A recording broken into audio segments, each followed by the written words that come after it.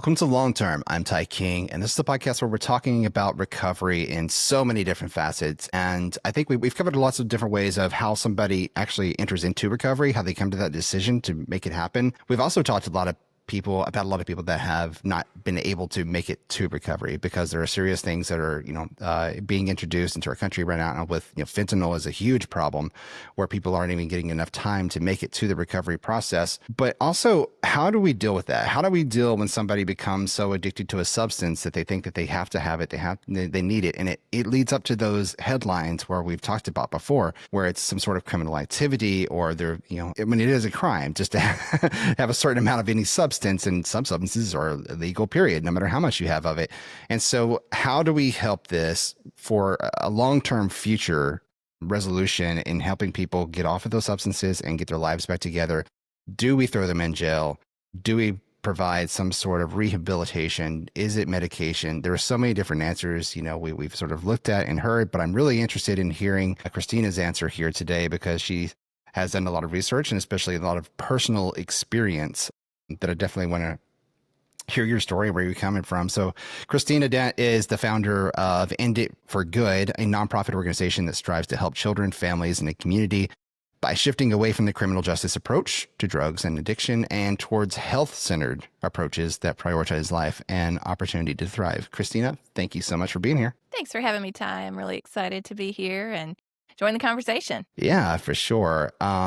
And I'm always interested whenever somebody has a personal, because it's kind of hard to find anybody that doesn't have some sort of personal connection to someone that has a substance abuse issue, right?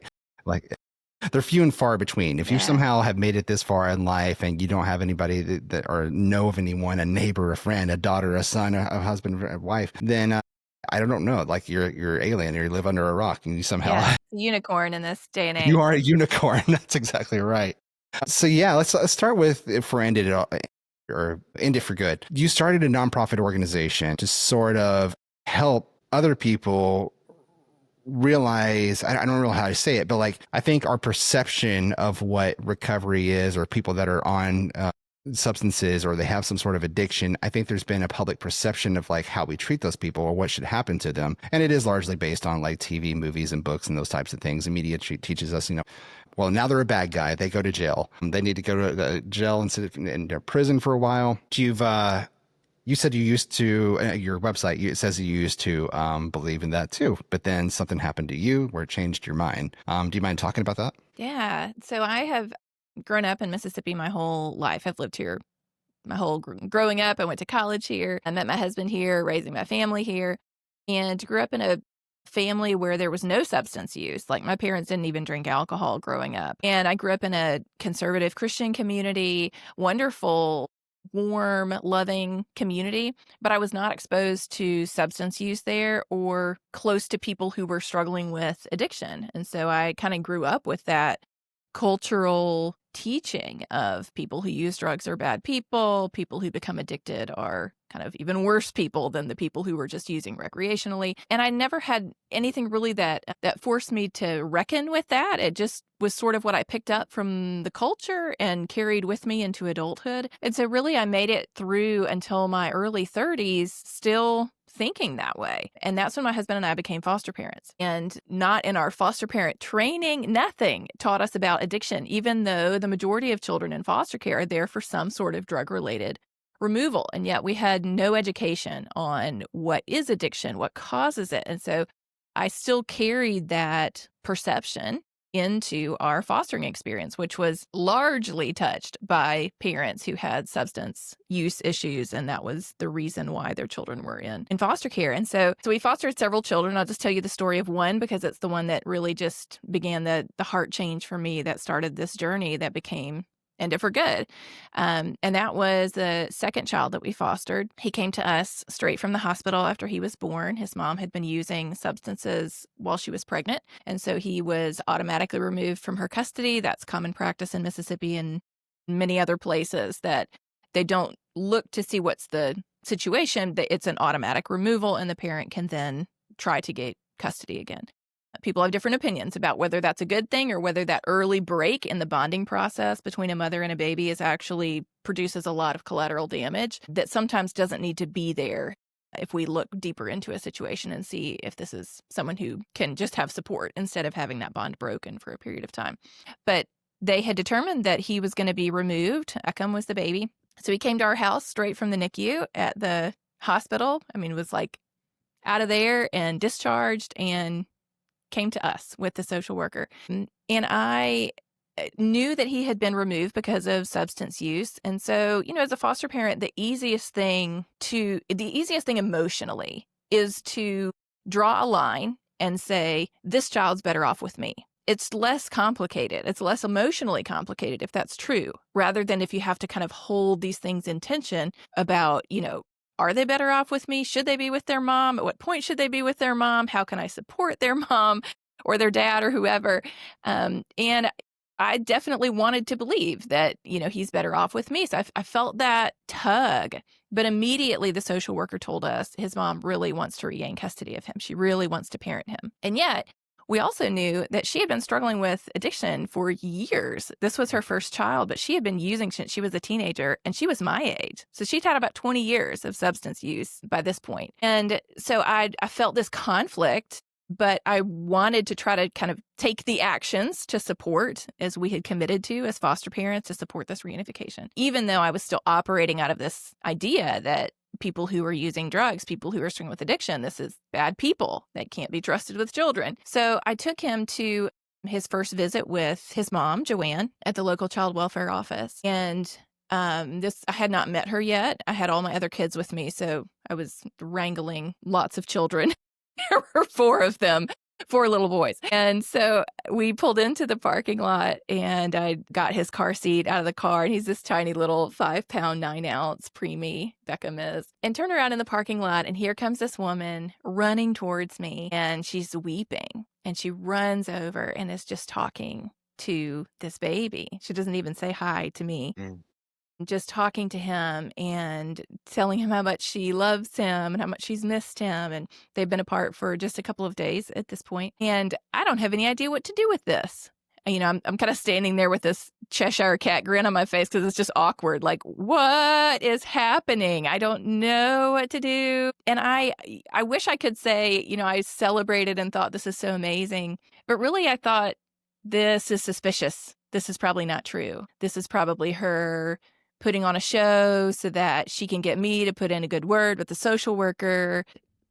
And back to that emotional component, that's the easier thing as a foster parent to believe, is not to let this uncertainty in, but to say, no, I know what should happen here. He's better off with me. This is not a good situation for him to be with her. But she sort of wouldn't let me stay there. It was just so honest, so vulnerable, her emotion over seeing her son. And so he spent an hour with her at their 1-hour visitation, and I came back and picked him up. I had taken my kids to a local park to give her some time with him, and came back and picked him up. And I will never forget turning around that corner in the child welfare office and seeing them sitting on this little sofa. It was this tiny little visitation room that was only like a sofa length long. Like the sofa took up the entire wall. And she's sitting in the corner of it with him up on her shoulder, and he's sleeping. And she's sitting there with her eyes closed. She's not sleeping. She's also not scrolling on her phone. She's not doing any of the things most of us do when we're kind of stuck somewhere for a moment and we have free time in our mind. We pull out our phones and we're scrolling. She's sitting there just drinking him in, just taking every second of that 1 hour with him. And I really didn't know what to do with that. So I took Beckham home, and Joanne went to inpatient drug treatment a couple hours away. I had given her my phone number so that she could call and get kind of updates on him every day, which she did. They let her call once a day, and she wanted to know, everything, which there's nothing with newborns. They don't do anything, but they just eat and sleep. But she wanted to know everything that I could tell her. And then after that, she would ask me to put her on speakerphone, and she would sing to him over the phone. And it was just this powerful, holy ground experience, seeing this mother who loved her son so much and was also struggling with an addiction. And I saw that those two things can be present in the same person. Yeah. That the addiction does not mean this is a mom who doesn't love her child. It is a complex health crisis that can coincide with deep love and deep desire to be there and to be present as a parent. And that really shook me. That really rocked my world because I didn't have any category for that in my mind prior to that point. And Joanne helped me see this new reality that I had been blind to before and that I needed to see. And that began this process of realizing I have misunderstood addiction. I have misunderstood people struggling with it. I don't know what causes it clearly because I've thought of addiction as this moral failing, this character issue. And what I'm seeing now is it's not that. So what is it? What is really going on? And that led me down this pathway of learning and growth and really having my heart changed, seeing a lot of my own judgment that I had for people, and also this process of changing my mind about how we approach addiction, how we approach recovery, how we approach drugs and substance use. Even though I've never used any illegal drugs, drink about 3 times a year, one drink. I don't, substance use really does not interest me. But I'm really interested in people. And when we talk about drugs and addiction, we're really not talking about drugs. We're talking about people and people who are trying to cope with life in a broken world, with our lives that are deeply broken. And that's what we got to get to. This is not about drugs. This is about people. And when we can begin to focus on that, we're going to find much better solutions. Absolutely. Yeah. And that's an incredibly powerful story too. And that the realization of seeing those two together and being like, well, all these things can exist in one person. That's sort of not how you were raised, right? Because you weren't raised around that, and you weren't really taught that. And I'm from the opposite side, where it's my dad was a heavy alcoholic, and we were raised in an abusive household, and so we saw it all the time. But at the same time, it was the same kind of thought process as well, where it's like it's sort of distant, and it's like you don't really apply. Oh, he's addicted. Or he can be a good person. I guess it's kind of the contrast there. It's just like, this is what life is, and this is what it's like to live with this person. And like, I don't really see any hope for this person whatsoever. It wasn't until years later as an adult where it was like, okay, well, he actually had an opportunity where he could have gone through some sort of recovery before he passed away. But he just chose not to, after, for decades of just drinking himself to death. But for this mother that's been, addicted to some sort of substance for over 20 years and still having such a love for her kid. And I mean, it's kind of like, as a foster mother, that it's, I don't know, the love for your child, it makes you want to do the best. It wants you to be your best and give them the best that you possibly can. And that can exist inside of you. And I think too, it's important to say there, because I think, so there's a lot for people who have grown up in the situation that you did, and I don't know what that was exactly like, but many people have said, it's one thing to have this experience, but you didn't have to grow up in that active addiction family, was speaking to me, which is true. And I think what has been helpful to me and to others also is this, like, I was asking Joanne one time, because we've remained friends, and I'll tell you the end of the story later. Why was it that it was her son's birth that was the thing that kind of led her to seek recovery when she had been wanting to be a mom her whole life? Why wasn't her pregnancy the thing? And she said, Christina, I don't know. I wish it had been. I wanted it to be and I think that's just helpful for us to hold that space of uncertainty over why is it that a mom who's desperately excited to be pregnant can't overcome that even with how much she loves her child? Why is it that parents struggling with alcoholism can love their kids, want to change, be ashamed that they can't change, want to be and yet sometimes that doesn't happen even over the course of decades? And that, I think, is a heartbreaking reality that many people live. And we got to be able to hold space for that, because there are no, Americans especially, we love things tied up with a bow. We love like a 1, 2, 3 step plan, and then we get it all figured out. And that's just not how life works. It is not how life works. And for a lot of people, we like to, even in our own stories, make sense of them by saying, this was the thing that changed me. And if we look back, we go, yeah, but that had kind of happened a couple of times. Yeah. Why was it this time that it was the thing? I don't know. But to your point, how can we keep people alive long enough so that they can have that moment? How can we provide them with enough resources that are the type of recovery they might be able to be successful at, that they can access that at that moment where they might have that clarity? And then can we grieve with people who did not have that change, and with their families and all of the harm and all the devastation that comes with that? Because that is an incredible load to carry. And I want people always to know that about our work. This is not painting the story of a perfect ending and everyone can have it. This is just saying, if we want more happy endings, we've got to start looking at the root cause of why people are using substances and meet them there, rather than assuming that it's because they're a bad person and they just need punishment. Absolutely.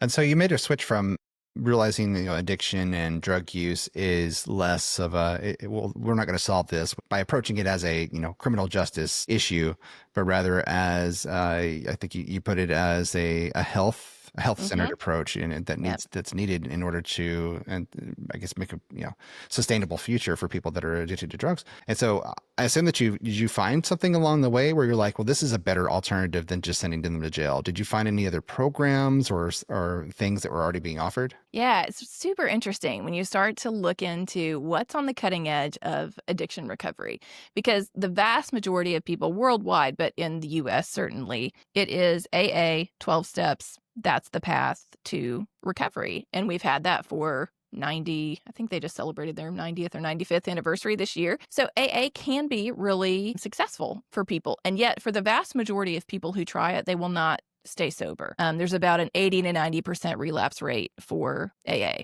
So with any other health condition, we would not stop looking for solutions with a 10 to 20% success rate. We would say, okay, that's great for the 10 to 20% of people that it works for. What about the other 80 to 90% of people who are not able to stay sober on that particular program? And with any other health condition, we continue to look and we expect to find solutions. We expect that as technology changes and our scientific understanding and our understanding of the human mind and all of those things, as those grow and expand, that we find better solutions. We don't continue to use the same treatments for other mental health issues that we used 80 or 90 years ago, because we've learned more and we've seen that, hey, this is more nuanced. This is what we know now about these types of disorders and what can help them. Sometimes it's therapy, sometimes it's medication, sometimes it's all sorts of different things. So what's been really fun for me over the last year or so, especially as this kind of, I went through a couple of years of kind of this learning process, then a couple of years of just inviting people to start the journey. But people want to know, okay, if we're not going to approach this from a criminal justice standpoint, what are we going to do instead? Right. Because it's not enough to just say an arrest isn't going to help someone who's already struggling with trauma and shame. It's just going to add more trauma and shame to it. What are we going to do instead? And so looking at what are some of these opportunities. So there is some of the most interesting things I think right now there's a type of treatment called neuroelectric therapy. It was FDA approved just last year. And it uses brain stimulation to reset the receptors in a person's brain. So it either greatly reduces or takes away withdrawal symptoms as they're going through detox, and reduces or eliminates cravings after that. So a person, instead of it taking weeks for them to come through this detox process and for their brain to be online enough, and I'd say online in terms of being able to think critically and participate in recovery, there's a lot of brain fog that typically comes with that. And with neuroelectric therapy, there's not. You come online within a couple of days, and it's non-invasive, it's non-pharmaceutical. You use with these little electrodes that they put behind your ears, and they're connected to a little thing that looks like a Walkman. I'm showing my age, that you stick in your pocket. And it's really fascinating. So we don't have any category for that. We kind of know about abstinence, and now we know about medication. But what is this thing that isn't really either one of those traditional routes? And they are finding a lot of success. There's a treatment center in Kentucky that has been using it for over a decade. They hosted the clinical trial that got FDA approval for it. And so you can go online. You can go check it out. You can even watch a documentary on it on Amazon Prime. It's called The Final Fix. And we don't own any stock or anything in this company that does neuroelectric therapy. We're just interested in cutting edge addiction treatment.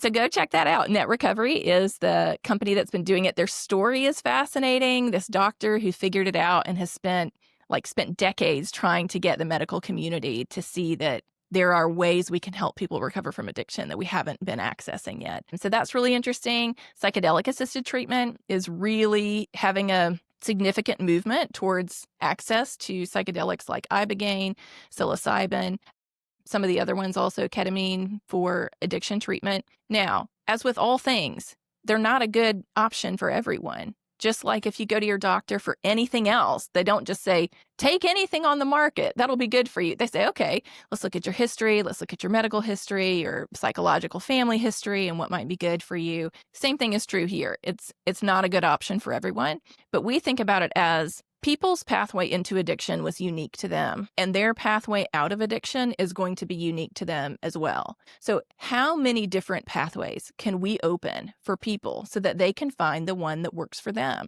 If they want to try abstinence only, great, go for it. If they want to try medication, if they want to try neuroelectric therapy, if they want to try psychedelic assisted therapy, whatever the thing is that might work best for them, there should be no stigma associated with that. They should be able to access that with no legal restraint, with no having to travel out of the country, which is true for ibogaine right now. You have to travel outside of the US to get it, which means that only people with access to resources are having the opportunity to get what is, for some people, a life-saving treatment. So we need to think more expansively about addiction treatment and not think if it's new, it must be wrong because we've already found what works, but rather say, you know what, addiction's really complex and we should expect that the pathway out of it is going to be really complex too. And is going to really have to be personally, person by person driven, that we find an individual pathway that each person can access that and can maybe put together a couple of different types of things that might be the right strategy for them in their recovery. And for way too long, that has been stigmatized. And we have given people one path, and it's through abstinence only. Or maybe we have opened the door to medication, which is great for some people. But can we open the door to even more? Can we expect that we should be finding new, exciting, successful approaches to recovery as medicine advances, as our understanding of the brain advances? And I think that is, for us, one of the best things that we can do to help more people find recovery is opening the doorway for as many pathways to recovery as possible so that each person can find the path that might work best for them. Yeah, and that's really refreshing to hear you say so, because like I think there are, just like there are, stigmas to people that are in, recovery or even in addiction. It's also the same approach to what are we providing as solutions to this? It's like,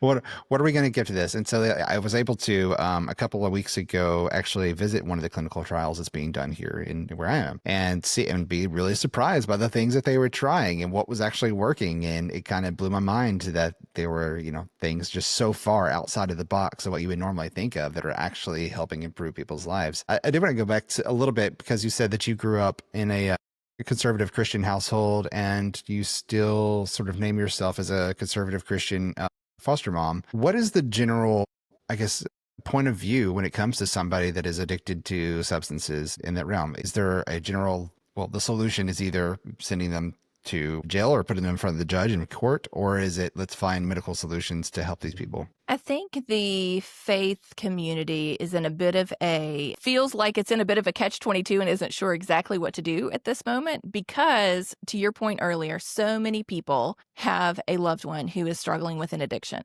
So there is this personal component where, as maybe 20, 30, 40 years ago, we felt comfortable saying, hey, people who use drugs are bad people. And people who struggle with addiction are terrible people. But now everybody knows someone and loves someone who is struggling with a substance use disorder. And they recognize that, wait a second, this still see that person that I love in there, even with all this chaos that might be surrounding their addiction. But I love them and I know who they really are. So I think there is this feeling of confusion over what do I do with this? Because we have been kind of teaching this approach of what people need is some shame and some correction in their life if they're struggling with an addiction, and that's going to get them out of this.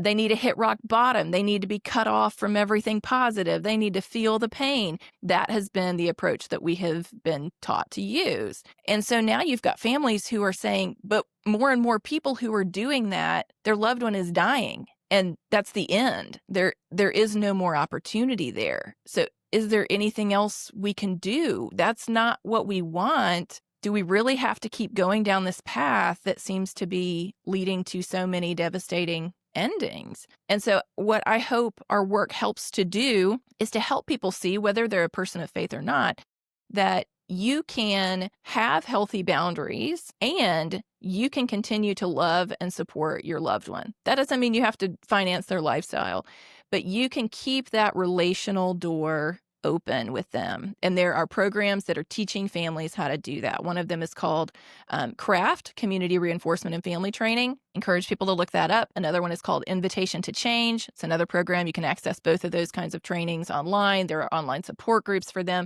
Both of them are teaching families how to engage with their loved one who's struggling with a substance use disorder in a way that keeps the family healthier and has been proven, shown, studied to be more successful for people making the choice to get help. So not only is it helping the family be healthier and happier, it's also increasing the likelihood that their loved one will get help. So these programs exist. They are not nearly as well known as the other types of approaches of just kind of, cut them off, let them hit rock bottom. And yet, when you look at research for families who utilize CRAFT or Invitation to Change, their loved ones are getting help at higher rates, maintaining long-term sobriety at higher rates, and their families, the surrounding family that's not struggling with a substance use disorder but is trying to walk with their loved one who is, they are also healthier and happier. So I think we need to look at, again, not just what we have known for decades, but what actually works. We've got to start asking some hard questions about outcomes. Is this approach actually producing long-term sober people who are alive? That's a big part of people's hesitation with medication for something like an opioid use disorder. They say, well, I don't want them using medication the rest of their life. Well, if you are on medication for an opioid use disorder, you are half as likely to die from an overdose. So when we look at that first step, what is our one first hope for people that are struggling with an addiction?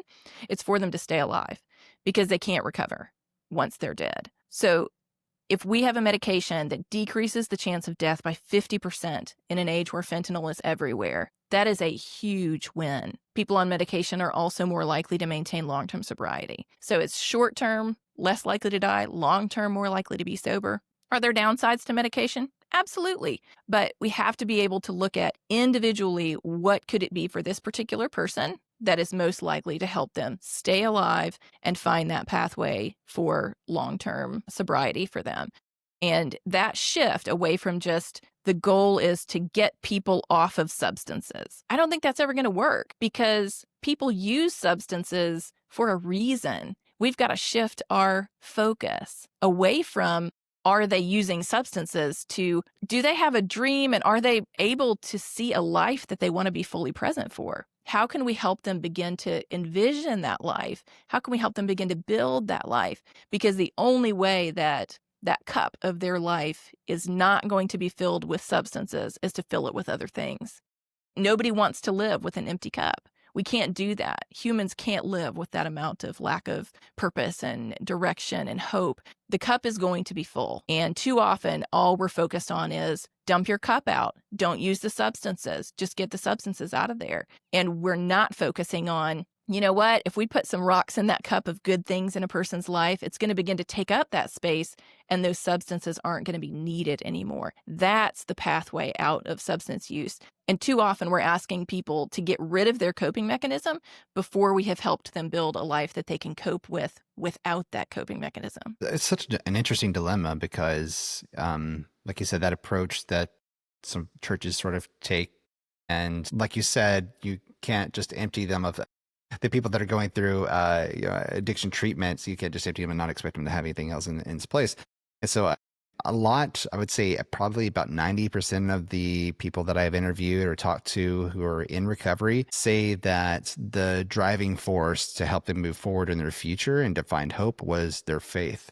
And so they are turning to the church for motivation to get their life on track and to move them forward. But at the same time, the church doesn't know how to help these people get on track in the first place. And it's not like you can just turn to a very specific verse in the Bible and say, well, this is what God says about, a person that needs recovery. It's really, really interesting that there's sort of a chicken and egg sort of play here. Snake eating its own tail. And if you talk to people who are in long-term recovery, a lot of them will tell you the loneliest point in their recovery journey was not when they were using, but it was actually when they were in early recovery.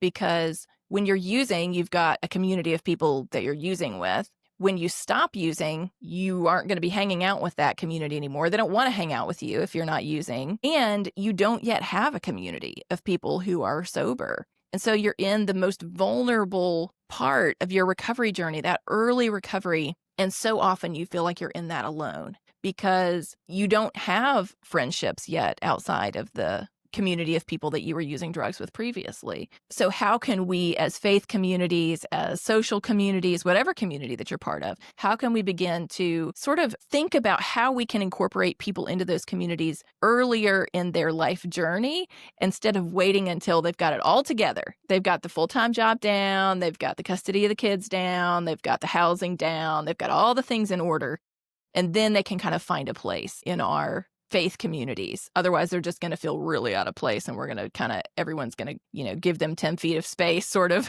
physically or emotionally or friendship or whatever. How can we begin to create those pathways for people to feel immediately welcomed into these communities and helped through that process? And for many people, I think it will increase our rates of people who can stay sober, because if you have to stay too long in that middle space where you don't have the coping mechanism of the substances, but you don't have the community support on the other side, not many people, including you and I, could stay in that space. Community is what we were made for. We can't live without that. So we've got to figure out how to create better communities that are more welcoming to people, that are looking for people and looking for ways we can draw people in, instead of waiting until everything is at a good point and then they can feel welcomed into this community, because too many people can't stay there long enough to get to that point. They need the support and the friendship and the camaraderie before that. I'm really impressed. You have such a finger on the pulse of recovery and like what's needed and what problems we're actually facing and how we actually can create a future that's, that's better for all of us. I mean, honestly, we all benefit when people go through a successful recovery. So, yes. but it's really, really interesting that you don't have any experience yourself as far as like using, because that's what the best speakers in the recovery space that I've talked to, or the most passionate ones, are the ones that they've got a story of abuse themselves, where they came out of some sort of addiction, they found their way out, and now they have a passion to help others do the same. But you saw this, of course, the mother of the foster child that you were taking care of. But other than that, like, you're not inside the same box as what most of them are. And so it's pretty incredible. Yeah, I am thankful that I have a heart for people. I'm also, there's certainly this level of like, I'm ashamed that it took me so long to realize I also had these blocks of people that I could just easily cast off. And I am aware of that even still in my life, that is part of the human condition of brokenness, that we tend to be very blind to our own blind spots. And so I always thought of myself as an empathetic person, as somebody who cares about other people. I spend a lot of my time volunteering. And yet, I could go from super compassionate, I'll invest hours every week to help people in an after-school tutoring program. And then we start talking about addiction, and it's like, no, not interested. Like, those are just bad people. I mean, I look at it now and I'm like, Christina, how could you be so blind? And yet I know I still have blind spots. I still have areas where I suddenly recognize, wow, my automatic response there was judgment instead of curiosity over, what is going on. So my youngest son, he just turned 11, but he has been really interested in like the homelessness situation. He has always, since he was a little child, asked me about people holding signs at stoplights and things like that, and has always been asking about kind of, he's very empathetic himself, and Mom, but how can we help them, and what is it like, what are they actually dealing with, and like, can we give money to the shelter that's helping them have a place to sleep at night? And I love that he's already thinking about that, because it took me, close to 40 years to begin to see someone on the street corner and wonder, what have they been through that their life has gone off the rails so deeply that this is where they find themselves. It's not to say they didn't have some choices in there, but my assumption now is if I had lived their life, I would be standing on that same street corner. There's no reason to think that I would deal with whatever hurt and pain and trauma they have been through in a different way than they did. And so if we can start from that place of what happened to these people. What kind of suffering is going on inside of them? That covering that with substance use for many people who are struggling with homelessness is worth living in this kind of chaos and lack of safety and so much trauma that comes with life in an unprotected space. Those are the questions we need to be asking. What is going on more deeply with people? Because the addiction is always the coping mechanism. What's actually going on underneath that? We have to address that. We have to help them to address that and help them find the support and safety that they need to be able to address that if we want to see more people finding recovery. And to your point, when we look at not just the cost of addiction, that's what we tend to focus on is, oh man, this is so expensive to have, people incarcerated or people on the street or people lost income. And a lot of times we don't think about it if we don't see them. So if that person gets a job and gets a house and is able to get their life back together, we don't know about it because we're not seeing them on the corner of the street holding the sign anymore. And yet we have this incredible amount of positive impact that has come over the course of their life ongoing. So for someone like Joanne, who had been struggling with an addiction for 20 years, she had maintained jobs variously during that time, lots of chaos, but generally employed somewhere. And yet now, after her son was born, she's been in long-term recovery now for 11 years, 10 years. And she has been working multiple jobs. She does peer support as a person with lived experience. She works for a drug court. She's opened a sober living home for a mom with children to be able to have that experience of bonding while you're in that early recovery stage with your kids. She's incredible. And she's parenting her son. And they have the ability for him to grow up with her and not to grow up in foster care or to be adopted because she was not able to parent him. And that does happen sometimes. There's no way to prevent that every time. But if you were to look at Joanne's life now, you only see positive things and you think, well, this is so wonderful. But we typically don't celebrate that as much because we think, well, that's just sort of normal. That's like what people normally do. They just kind of go to work and they have a house and they raise their kids.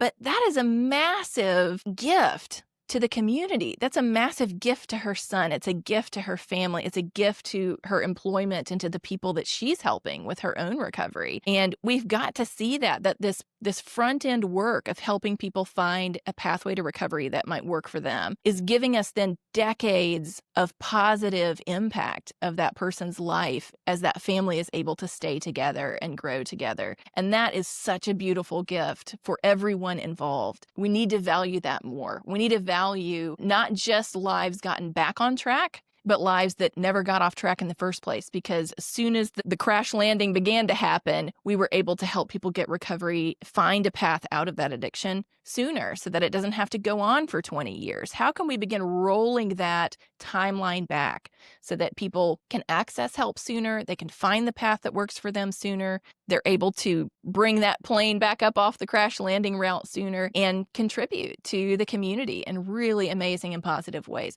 People in recovery are the most inspiring people I have ever met in my life. They inspire me to be a more open, honest, authentic person. They have overcome incredible odds. And I look at Joanne and I always tell people she is the hero of the story. She is the one that has woken up every day and made the choice for sobriety, the choice to be there for her son, even raising him as a single mom, the choice to find those jobs, to get up, to have a totally different life than she lived for 20 years. That's incredible. That's what we should be celebrating. That's what we should be looking for. How can we help more people find that and open as many pathways to recovery so that as many people can find the one that works for them as possible? And that's a great question to ask, and you said you're in Mississippi, I'm in Arkansas, and we're in an area of the United States where, conservative politics are almost worn like a badge of honor. And it gets kind of difficult sometimes to get some of these policymakers to understand that we need a new approach to a problem. It might be an old problem that doesn't, but we have old solutions for them and they're not quite working and there's better things to do. Have you been able to, in your experience, been able to work with policymakers on potentially coming up with better solutions? Yes, it's been really exciting here. When I first started End It for Good, that was 5 years ago that we became a nonprofit. And I thought, no policymaker is ever going to want to talk to us because they're going to think that we're radical and it's just going to be too crazy. And so we'll just do education out in the community and begin to build public support. And what we found is that as we hosted these events all around Mississippi, we had policymakers coming to them. They were open and curious. And what we found is that even though they don't all agree with us on everything that we would like to see, all the things we think could solve our problems with drugs and addiction, as much as they can be solved in a broken world, there were people who were really open to, you know what, we want to know what works, not what we've been doing, not what is sort of the cultural accepted thing to do. What is actually going to work? What is actually going to save our college students and our kids and grandkids and nieces and nephews from an overdose? What's actually going to help them find recovery sooner? And I think as addiction has become so close to home for so many people, that has helped to shift that conversation away from, we just need to crack down harder, which has never worked, but we continue to go that route over and over again, to, wait a second, maybe we can focus on saving lives. Maybe we can focus on helping people just take that first step towards recovery. And a good example of that is fentanyl testing strips are now legal in Mississippi, where they hadn't been in previous years. So this just happened a couple of years ago. And the year before fentanyl testing strips passed to make them legal, it had failed, like not even gotten out of committee. It was just like dead on arrival, because it was seen as, this is promoting drug use. If we give people a strip that they can test the drugs they're going to use, it's like we're saying, we want you to go use drugs. And by just that next year, there had been enough education that it is passing unanimously. And suddenly people are saying, wait a second, this isn't promoting drug use. This is trying to keep our nieces and nephews alive when they got a pill they bought off Snapchat in college and they took it at a party. And suddenly, hey, it had fentanyl in it and they didn't know and they thought it was, Oxycontin or something like that. So people have made that switch. At the same time that fentanyl testing strips passed and became legal, there was also a bill to increase penalties for fentanyl. So typically what's happened in conservative states in Mississippi is when there's a problem with substances, we go to some sort of crackdown, increase penalties, increase length of sentences, whatever that is. And what's interesting is that year, the legislature let that bill die to increase penalties for fentanyl, and they passed the fentanyl testing strip bill to make them legal. So for me, that's a really encouraging shift that's happening in mindset over, there's a substance use problem. Do we just increase some more penalties? I mean, we've done that for 30 years. Where has that gotten us? Not great places. We've terrible overdose crisis, lots of incarceration. So that's super exciting to me. We have Republican legislators in Mississippi now that are championing psychedelic research and how can we make that accessible to people, whether it's veterans for mental health issues or people struggling with addiction. So that's really encouraging. I think there is this shift that's happening to say, this isn't a right or left situation. This is, how can we keep people we love alive? How can we help them find recovery? How can we keep our community safer? And we're interested in what actually works, not what we've always done, not what is considered typically a right or left response, but what actually works. And we're willing to look at that, and we're willing to put that before the legislature, and we're willing to rethink it, even if it means it's something new that we haven't done before. And that's really exciting to see that happening. Yeah, that is incredible. And that's encouraging to hear that, a place like Mississippi is implementing some of those things. I think you need to come talk to our governor. Yeah. Incredible.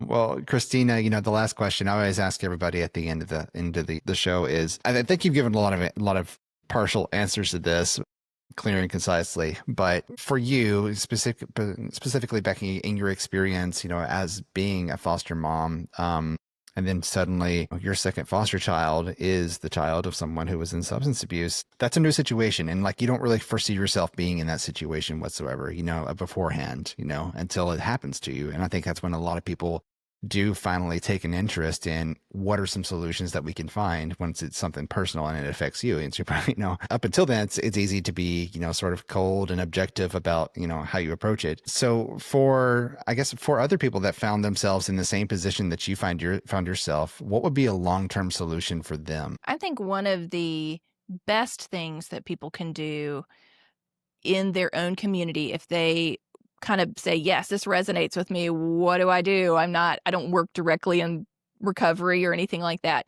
You can begin sharing things and talking about substance use in a way that says, hey, this is a really complex health crisis someone is going through, and they need, lots of different tools to be open to recovery, to maintain recovery. It might take multiple tries, because most people who have a loved one struggling with an addiction do not share that with anyone else for an average of about 7 years. So you should assume that a lot of your friends and neighbors are walking with a loved one through addiction. You don't know anything about it, which means what you are saying to them and offhanded comments, they're taking that in and determining, is this a safe person to bring into this situation? Or are they going to come at this with judgment? Are they going to think I'm a failure as a parent because my child is struggling with a substance use disorder? The only way that people are going to let you in is for you to proactively show them that this is a safe place. I'm a safe person. You're not going to find judgment here. You're going to find compassion. You're going to find, let me, tell you about the net recovery thing Christina was talking about on this podcast. Let's talk about psychedelic assisted therapy. It might sound crazy, but hey, maybe there's something to it. And that's really hard for people. It's hard for people to kind of put something out there that feels like, I don't know. I don't want people to like misunderstand me. Okay, so we've got to ask ourselves, is it more important that people don't misunderstand you, or is it more important that we create safe spaces for families and people struggling with substance use disorder to find support and help and ideas and all the things that could help them through this to the other side? That's what's really important. When I started talking about this on social media years ago, before I started End It for Good, I had the same feeling. I'm shaking in my boots as I'm typing these, posts, wondering, what are people thinking about me? And yet what would happen is they would not comment on the social media post, but they would comment when they saw me in person. And they would say, hey, I grew up in a home where my mom was struggling with a methamphetamine addiction, and nobody understood it, and our family was stigmatized and just suffered so much. Thank you so much for helping people to think about this in a different way, and to see, for that person, that their mom wasn't a terrible person. She loved them very much, and yet got caught in this complex health crisis and needed help. But the community did not offer that. It was very much a pushing away of that family. So do not underestimate the power of what seems like throwing things into the ether and nobody is responding. People are watching. They are paying attention, and you're giving them an opportunity to talk to you in person, to send you a message. I get messages all the time on social media from family members who are saying, hey, this is a situation that I'm in.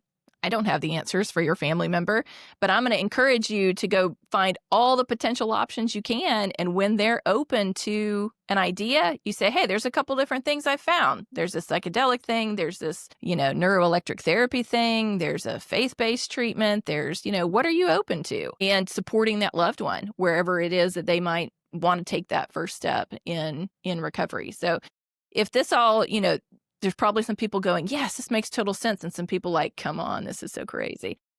So I'm going to encourage you. We would love to give all your listeners, Ty, a free copy of my book. It's just my story, Joanne's story. It's her backstory. It's the story of what happened and what I learned along the way, and other people's stories mixed in there. You can go to enditforgood.com/free book and sign up. We'll send it to you. And we would love to hear what you think about it. There's no strings attached. You'll be on our newsletter, and that's it. So enditforgood.com, enditforgood.com/free book. And we would love to send you a copy. The book is called Curious. And that is exactly what you'll find there. It is me walking down this path of asking questions, telling stories, and saying, is there a better way than what we have done? And you can get to the end of the book and say, nah, I'm not into that. I'll continue on the same path. But I think you'll benefit from it. And it's a short read. And it's full of stories. It's a short, compelling. I love to read books with short chapters because they make me feel very productive. And so I had a word limit on all my chapters, so that it's like, basically you turn a page, you're like, oh my gosh, look at this. I'm already done with another chapter. So it really has been a wonderful journey of putting that book out into the world and inviting people into this conversation, especially people who are people of faith and wanting to kind of rethink, what does this look like for my faith to be consistent in this issue of substance use disorder, and how can we help more people find and live a thriving life. That's incredible and very, very generous of you. Thank you so much. Yeah, that's an incredible value. So we'll definitely add that to the show notes of the episode.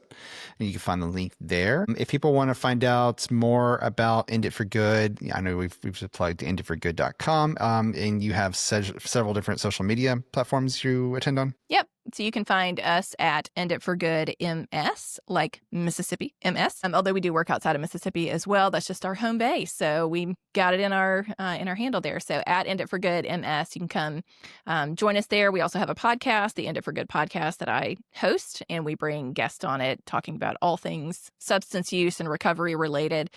We just did a series on that net device, talking with people who got sober using it, people whose child got sober using it, the people who implemented it, just kind of this whole, here's this new exciting thing in the recovery space. Let's dive in a little bit and learn about it, because there's lives on the line. We got people who are looking for something that works, and this is working for people for whom a traditional approach has not worked. Incredible. Well, Christina, thank you so much for giving us some of your time and your wisdom and being able to speak on this, and like most of all what you do on a daily basis, because like this is going to change not just one life, this changes so many different lives, and everybody that's like I said, it's hard to find somebody that doesn't have some sort of connection, and like you said, it could be your neighbors, then you don't know who's dealing with it, but your life is directly affected depending on how well their recovery goes. Yeah. Like it or not. Yeah. Yeah.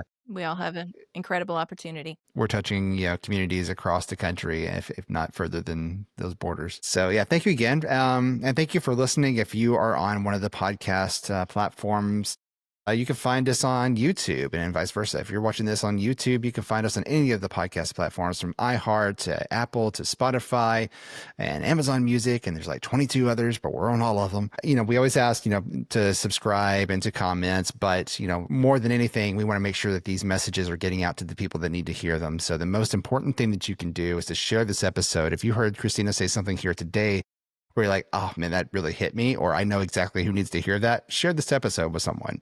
The worst they can do is not listen to it. The best it can do is change their life forever. And so sharing these episodes help us grow the message. It helps us grow the show, of course, and be able to reach more people. But the most important thing is to getting the messages to the people to let them know, hey, you're not alone, or this is how we can see the world. This is how we can actually make a difference in the future of these people. So I really appreciate Christina again sitting here, and you can pick up her book, Curious, by going to the link that's in the show notes. And until next time, we'll see you in the next episode.